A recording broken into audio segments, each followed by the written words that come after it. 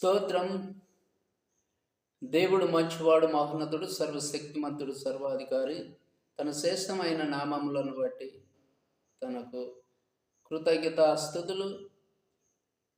ఈ అంశాన్ని వినిస్తున్న మీ అందరికీ నా హృదయపూర్వకంగా వందనాలు.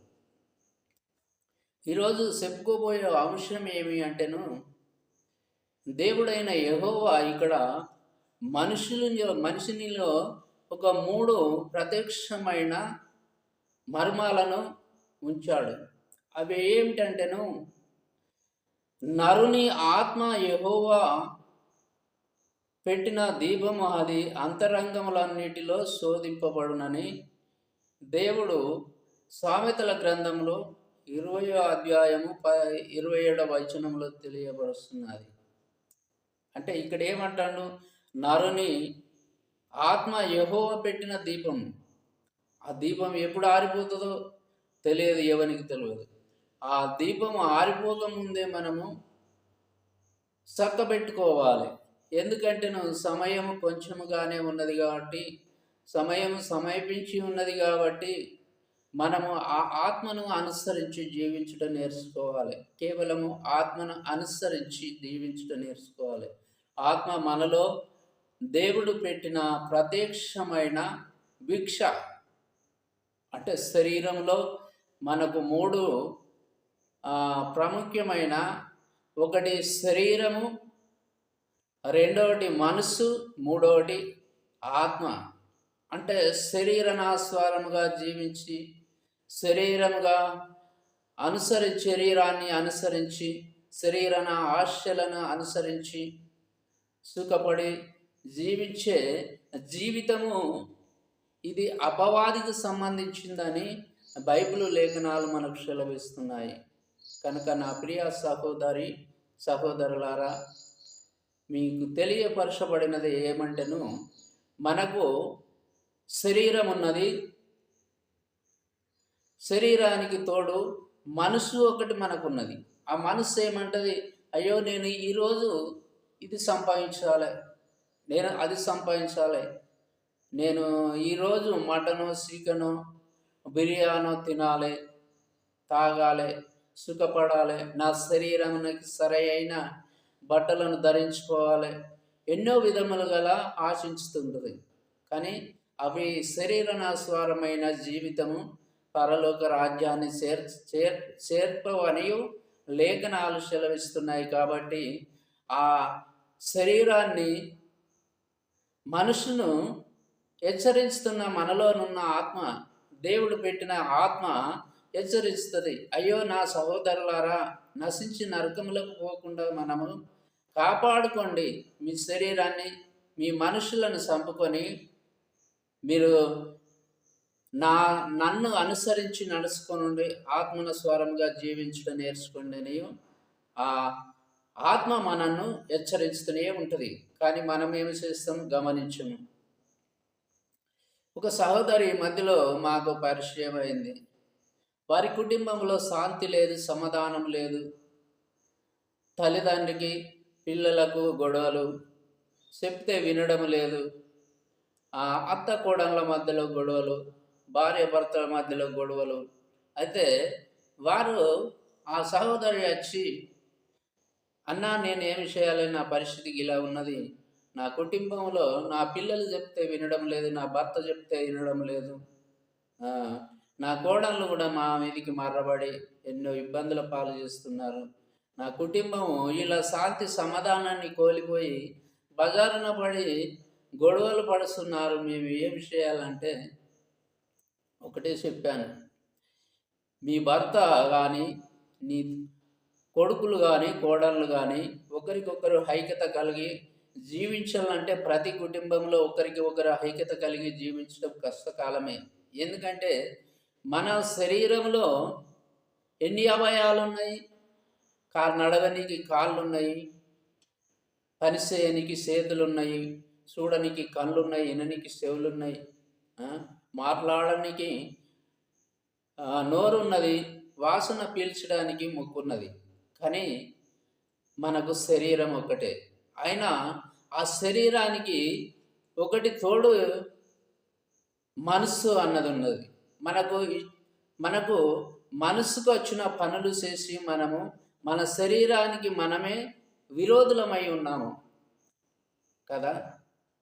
ఆత్మ చెప్పుచున్నది, మీరు శరీరాన ఆశలను నెరవేర్చుకొని మనసు చెప్పినట్టు ఈయన శరీరాన్ని నరకంలోనికి నడిపించబోతున్నారని చెప్పి ఆత్మ మనకు దేవుడు పెట్టిన ఆత్మ మాటలు వినగా మనము నశించిపోతున్నాము. మన శరీరంలో ఉన్న మనస్సునే కంట్రోల్ చేసుకోకుండాను మనము నశించి నరకములకు పోవటానికి సిద్ధపడి ఉన్నాము. కాబట్టి నీ కొడుకులు, నీ భర్త కానీ, నీ కోడళ్ళు కానీ ఒకరి మాట ఒకరు వింటారని ఎలా అనుకుంటున్నాక నీవు నీ శరీరంలోనే ఉన్న నీ మనసును నువ్వు చంపుకొని నువ్వు ఆత్మస్వరముగా నీవే జీవించలేకపోతున్నావు. వాళ్ళు నీ మాటలు వింటారు. ఒకరికి ఒకరి ఐక్యత లేదు ఈ సమాజంలోనే, ఎవరికి లేదు. మనలో మనము కంట్రోల్ చేసుకొని మనము నీతిగా జీవించడం కష్టకాలమై ఉన్నది కదా అని అంటే, అవునన్నా నిజమే, నువ్వు చెప్పింది మాత్రము. ఎందుకంటే మన మనస్సు పూటకో తీరు తినాలని, రోజుకో తీరు వస్త్రము ధరించాలని, ఇష్టానుసారముగా జీవించాలని, చచ్చిపోతే మనం ఏమి కొండపోతామో ఉన్న నాళ్ళు చాలా సుఖముగా జీవించాలని అంటారు కదా. అందుకని నువ్వు చెప్పినది వాస్తవమే అన్న. భార్య ఎవరు, పిల్లలు ఎవరు, తల్లిదండ్రులు ఎవరు, ఒకరి ఆత్మకు ఒక ఆత్మ సంబంధము లేదు. ఇది వాస్తవమే అన్న. మనకు మనమే కంట్రోల్ చేసుకొని లేని పరిస్థితుల్లో ఉన్నాము. కానీ మన కుటుంబం ఎలా మన మాట ఒకటి అయి ఐక్యత కలిగి జీవిస్తారని చెప్పి అప్పుడు ఆ సిస్టర్ చెప్పాది. హల్లెలూయా. ఎందుకంటేను అపోస్తులు పౌలు గారు చెప్తున్న మాట ఏంటంటే గలతీలో రాసిన పత్రిక, గలతీ పత్రిక 5వ అధ్యాయం 16 నుండి 26వ వచనం వరకు ఇక్కడ చూసినట్లయితే ఆత్మను గురించి అపోస్తులు పౌలు గారు చాలా శాస్త్రంగా చెప్పాడు. ఏమి చెప్పాడంటే, నేను చెప్పుచున్నదేమనగా ఆత్మనుసారముగా నడుచుకొనకుండి. హల్లెలూయా. ఏమంటుండు? నేను చెప్పినదేమనగా ఆత్మనుసారముగా నడుచుకొనుడి, అప్పుడు మీరు శరీర ఆశలను నెరవేర్చరు. అంటే ఆత్మనుసారంగా నడిచినట్టయితే మీరు శరీరానుసారంగా నశించరని చెప్పి పౌలు గారు చెప్తుండు. శరీరము ఆత్మకు, ఆత్మ శరీరముకు విరోధముగా అపేక్షించి ఉన్నది. అవి ఒకదానికి ఒకటి వ్యతిరేకముగా ఉన్నవి. హల్లెలూయా. ఏందట? మన ఆత్మకు శరీరానికి వ్యతిరేకముగా ఉన్నాయంటే మన కుటుంబం దాకా పోతున్నాము. మనం 10 మందిని కలిసి ఒకటై జీవించాలంటే ఏడ జీవిస్తాము? మన ఆత్మకు మన శరీరానికే విరోధమై ఉన్నది. కాబట్టి మనకు మనమే ఐక్యత కలిగి లేము మన జీవితంలో. ఈ సమాజంలో ఎవరైనా కావచ్చు, ఎప్పుడైనా కావచ్చు, ఆత్మకు ఆత్మకు విరోధమై ఉన్నది. కాబట్టి ఒకరికొకరు ఐక్యత కలిగి జీవించడం కష్టకాలమే ఉన్నవి. కనుకను మీరేమి చేస్తూ నిశ్చయిస్తున్నారో వాటిని చేయండి. కానీ దేవుడు చెప్పిన మాట మీకు ఆత్మనంటూ ఇచ్చాడు. ఆత్మనుసారంగా జీవిస్తే నా సన్నిధికి వస్తారు. శరీరానుసారంగా జీవించిన వాడు నరకంలోకి వెళ్ళక తప్పదని దేవుడు హెచ్చరించాడు. అవి రెండిటను మనకు ఉంచాడు ఉన్నవి. గనుకను మీరేమి చేస్తున్నారో వాటిని చేయండి. మీ ఇష్టం నచ్చినట్టు చేయండి, రెండు మీ దగ్గరనే ఉంచాను అని చెప్పి, మీరు ఆత్మచేతను నడిపింపబడిన వారైతే ధర్మశాస్త్రానికి లోనైన వారు కాదు. శరీరములను ఇష్టమైనవి అవివేకములుగా జరాత్మములను శరీరానుసారముగా జీవించేటి ఏంటి అంటే, వారి తత్వాలు ఎలా ఉంటాయంటేను శరీరానుసారంగా జీవించే తత్వాలు ఇక్కడ ఏం చెప్తుండో, అవేవనగా జరాత్మము, అపవిత్రత, కామాత్మము, విగ్రహారాధన, వ్యభిచారము, దేశ్యములు, కలహములను, మత్తరములు, కొదమలు, కక్షలు, భేదములు, విమిత్యములు, ఆశయలు, మత్తెలములు, అల్లరితో కూడిన ఆటపాటలు మొదలైనవి. వీటిని గురించి నేను మునుపే చెప్పిన ప్రకారము వాటిని చేయవారును దేవుని రాజ్యమును స్వతంత్రించుకోరని నేను చెప్పాను కదా అని అపోస్తలుడు పౌలు గారు హెచ్చరిస్తున్నమాట. హల్లెలూయా. వీటిని చెడు కార్యక్రమాలు చేసిన ప్రతివాడు పరలోక రాజ్యానికి చేరనేరడు. పోతే మరి ఆత్మల ఫలమేమి అనగా, అయితే ఆత్మల ఫలమేమి అనగా ప్రేమ, సంతోషము, సమాధానము, దీర్ఘయాత్వము, దయాళత్వము, మంచితనము, విశ్వాసము, సాత్వికము, ఆశ విగ్రహము, అట్టి వాటి విరోధమైనవి ఏమీ లేవు. అంటే ఆత్మల స్వరముగా జీవించిన వాడు ఈ తత్వాలు కలిగి ఉంటాడని ప్రభు చెప్తున్నమాట ఇక్కడ. అందుకే అన్నాడు, నరుని ఆత్మ యెహోవా పెట్టిన దీపము, అది అంతరంగములను శోధించును అని సామెతల గ్రంథము 20వ అధ్యాయము 27వ వచనములో చెప్తుంది. మనము ప్రార్థన సమయమందు ఆశీర్వాదానికి, ఉద్దేశానికి మూలద్వారము మరియు అననీయ సవాసము స్థలాలను ప్రార్థనలు పరిశుద్ధ చేస్తూ నడిపించబడినప్పుడు ఒక శక్తివంతమై ఉన్నది కూడా. హల్లెలూయా. ఇలాంటి ఆత్మల స్వరంగా జీవించి నడిచి ప్రార్థనలందు ఆసక్తి కలిగి ఉన్న వారికి దేవుని ఆసక్తి కనకరించబడుతున్నది. దురాదృష్టం అంటే దురాదృష్టము గల జీవితాలు, అంటే నశించిపోయిన జీవితాల గురించి చెప్తున్నాడు. దురాదృష్టము జీవితాలు సంబంధమైన కార్యక్రమాలతో తీరలేక నీ వంటి సంఘ నాయకులు ఊరికే దేవుని కొరకును కనిపెట్టుకొనిస్తున్నామనియు ప్రవర్తనములో సమయములను సాధారణంగా నిలిపి చేస్తారు. అంటే ఈ దురాత్మలో కలిగి ఉన్న వారు ఏం చేస్తారంటే దేవుని కనిపెట్టుతూ మేము ఆరాధనలు ప్రార్థనలు చేస్తున్నామని చెప్పుకుంటూ ప్రజలతో చెప్పుతూ ఉంటారే కానీ వారు చేసేది ఏమి లేదని లేఖనాలు సెలవిస్తున్నాయి. హల్లెలూయా. అయితే మనము కనిపెట్టుకొని ఉండుటకును సమయాన్ని లక్షించుట వలన మాత్రమే పరిశుద్ధాత్మ వాస్తవముగా మన హృదయాలలో క్రియ జరిగిస్తాడు. అంటే మనం దేవుని పైన విశ్వాసం కలిగి ఉంటే దేవుడు మన పట్ల హృదయాలను కదిలించి ఉంచుతాడు. మన ప్రతి ఒక్కరి క్రమము పరిశుద్ధాత్మ చేత క్షణముగాన హృదయాలు పరీక్షించుకోవడము అవసరము. మనం ప్రార్థిస్తూ పిమ్మటను ప్రభు కొరకు కనిపెట్టుకొని ఉన్నప్పుడు రహస్యం ఉద్దేశాలను అపవిత్ర స్థలాలను బయలుపరచబడతాయి. హల్లెలూయా.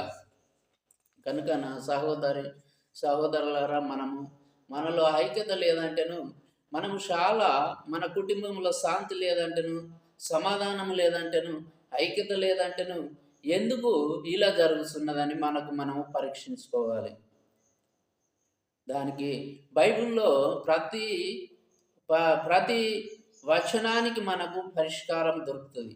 ప్రతి శ్రమ, బాధలు, కష్టాలు దేనికైనా కావచ్చు మనకు ఉన్నాయి. దేవుడు చెప్పాడు, నా మాటలు అనుసరించి వాటి చొప్పున చేయువాడు బుద్ధిమంతుని పోలి, బండ మీద ఇల్లు కట్టిన వాడు బుద్ధిమంతుని పోలి ఉండునని చెప్పి వాక్యము మత్తయి సువార్త 7వ అధ్యాయంలో సెలవీయబడుతుంది. ఏమంటాడు? నా మాటలు అనుసరించి, నా వాక్యములు అనుసరించి జీవించిన వాడు బండ మీద ఇల్లు కట్టిన బుద్ధిమంతుని పోలి ఉండును.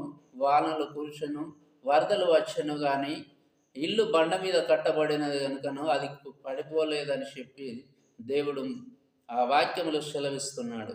అలాగనే నా మాటలు విని వాటి చొప్పున అనుసరించని వాడు బుద్ధిహీనుని పోలి ఇసుక మీద ఇల్లు కట్టిన బుద్ధిమంతుని పోలి ఉండును.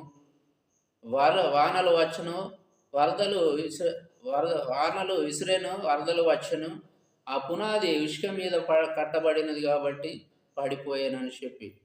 అలానే దేవుణ్ణి మనము చాలా సందర్భాల్లో గమనిస్తూ దేవుని కోసము మనము ప్రార్థించి మహిమపరుస్తూ ఆయన మర్మంలో తెలుసుకోవాలి.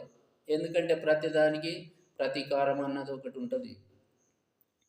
మన జీవితాలలో ఎందుకు ఈ శోధనలు వస్తున్నాయి, కష్టాలు వస్తున్నాయి అంటే సైతానునికి మనము లోబడి ఉన్నాము. మన బలహీనతలను బట్టి వాడు మనలోను చొరబడి అనేకమైన ఇబ్బందుల పాలు చేసి మనల్ని శోధనల పాలు చేస్తాడు.